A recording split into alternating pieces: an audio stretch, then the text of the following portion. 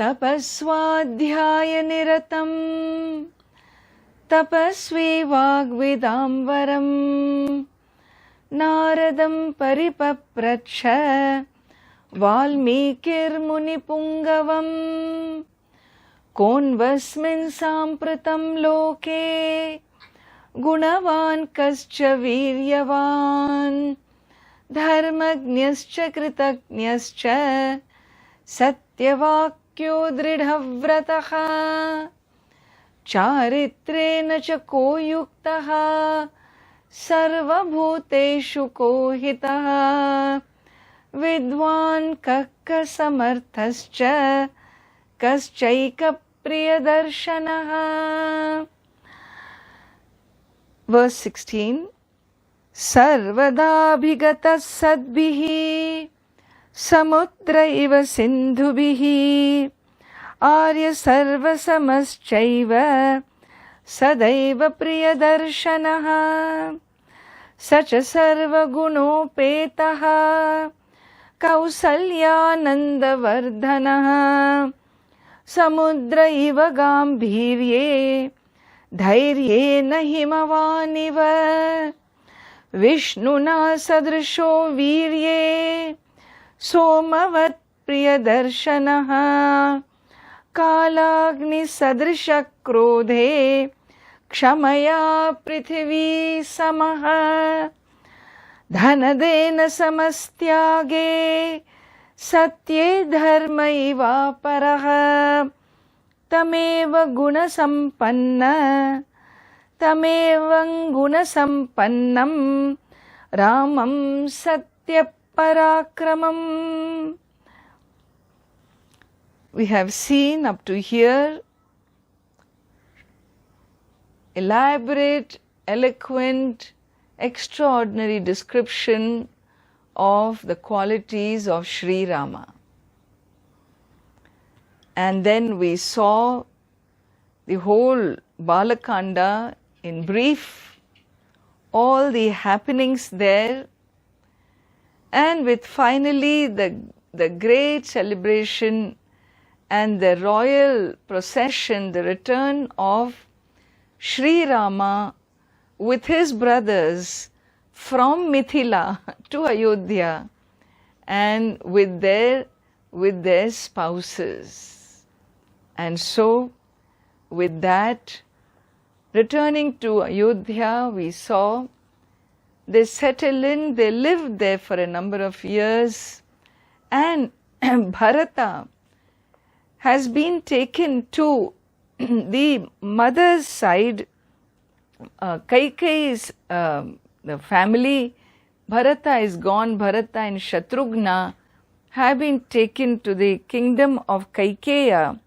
So Yudhajit, Kaikeyi is the sister of Yudhajit, who is the king of Kaikeya, and well, Bharata and Shatrughna have left for that kingdom. So with that, Balakanda was completed in Valmiki Ramayana, and now begins Ayodhya Kanda. And there we see from the second half of the 19th verse, we shall look at moving forward in Ayodhya Kanda. Dhanadena samastyage satye dharmaiva paraha tamevang gunasampannam ramam satyaparakramam. धनदेन समस्त्यागे सत्ये धर्म इवापरः तमेवं गुणसम्पन्नं रामं सत्यपराक्रमम्. ज्येष्ठं ज्येष्ठगुणैर्युक्तं प्रियं दशरथः सुतम्. ज्येष्ठं ज्येष्ठगुणैर्युक्तं प्रियं दशरथः सुतम्. प्रकृतीनां हितैर्युक्तं प्रकृतिप्रियकाम्यया. प्रकृतीनां हितैर्युक्तं प्रकृतिप्रियकाम्यया. Jeshtham Jeshtagunair-yuktam Priyam Dasharathas-sutam Prakritinam hitair-yuktam Prakriti-priya-kamyaya.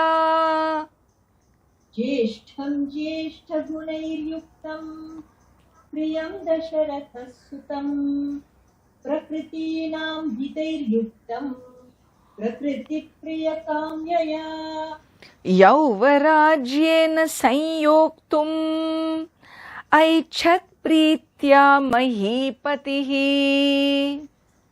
यौवराज्येन संयुक्तुम् ऐच्छत् प्रीत्या महीपतिः तस्याभिषेकसंभारान् दृष्ट्वा भार्याथ कैकेयी.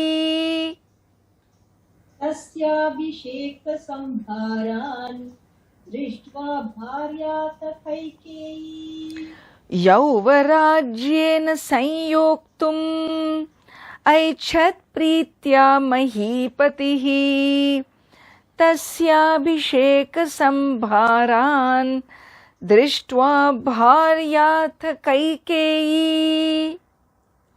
यौवराज्येन संयुक्तुम् ऐच्छत् प्रीत्या महीपतिः तस्याभिषेकसंभारान् दृष्ट्वा भार्याथ Kaikeyi.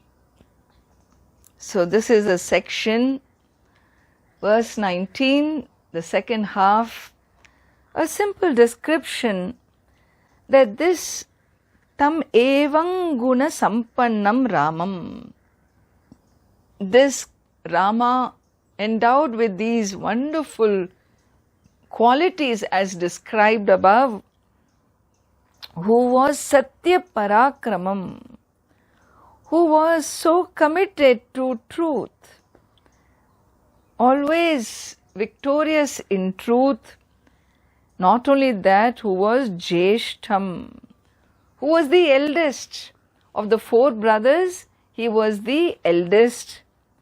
Not only he was the eldest, Jeshtha Gunaihi Yuktam, he was endowed with such exalted, absolutely exalted qualities. And to that extent, none of the other brothers carried what Sri Rama carried. And therefore his qualities were absolutely out of the place, out of the world. Jeshta Gunaihi Yuktam, and Priyam, most loved person. Sri Rama, when you think of him, a smile comes into your face. Your heart feels peaceful. No? It is so comforting even to just hear that word, Sri Rama. And so, Priyam Dasharathas Sutam. Sutam means Swaputram. Dasharatha's own child. To be a father of a child of this nature is really what that parent must feel, And so, most loving child, this was Sri Rama. And the story goes, once Bharata and Shatrughna had left for that kingdom, and now time had gone by, Dasharatha felt his age.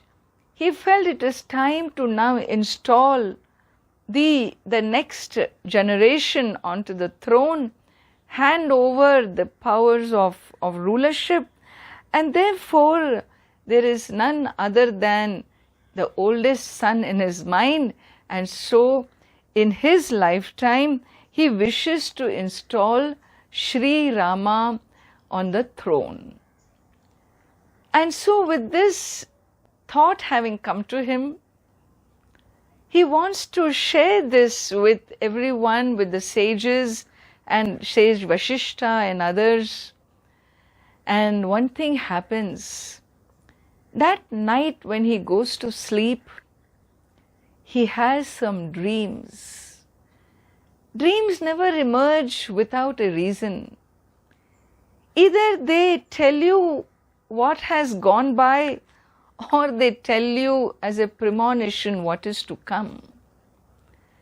And so Dasharatha, with this dream, with this what he went through that night, he feels there is something, the omens are not good for this installation. Let me hurry and do it immediately before anything goes wrong.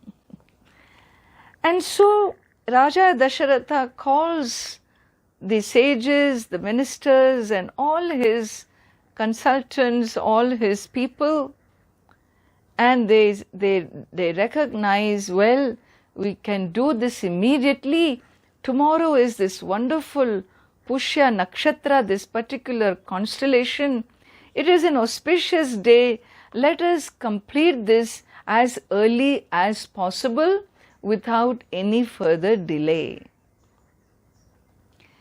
And in this, all agree, a good work like that must be done immediately without any delay, and therefore the next morning, as they plan to do the installation of the prince on the throne, the heir to the kingdom, there isn't even enough time to send a message to Raja Janaka of Mithila, or even the king of Kekeya, where Bharata and Shatrughna have gone.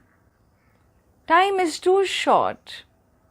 And so it says it's okay, it's an auspicious day, auspicious event, and Dasharatha really is in a hurry to override that dream of his and complete the installation, and he does not call these two closest kings to him.